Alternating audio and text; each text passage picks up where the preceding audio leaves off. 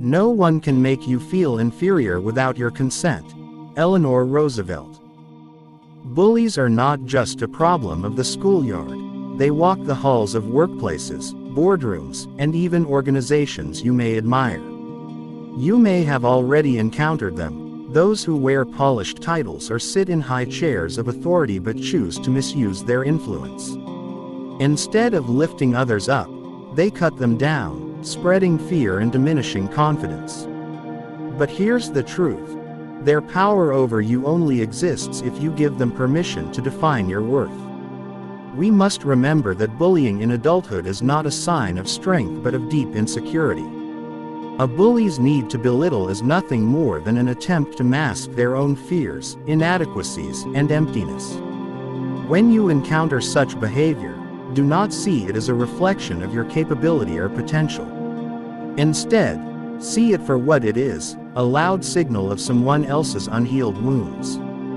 Their words and actions may sting, but they are not the measure of your greatness. In every toxic encounter, you have a choice. You can internalize the negativity and allow it to chip away at your spirit, or you can rise above it, using it as fuel for your own growth. The workplace may feel heavy when bullies are present, but you are not powerless. You have the strength to hold on to your dignity, to stand firm in your values, and to let your character speak louder than the noise of their insecurity.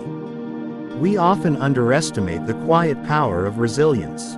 When you refuse to be diminished by another's harshness, you send a message, not only to the bully but to everyone watching, that respect, integrity, and compassion are the true currencies of leadership. Real leaders do not control through fear. They inspire through trust, empathy, and vision. When you choose to embody these qualities, you shift the culture around you. Every great leader has faced opposition, ridicule, or unfair criticism. What set them apart was not the absence of bullies, but their refusal to let those bullies determine the story of their lives. You too can choose that path. You can decide that no matter who tries to overshadow you, your light will not dim.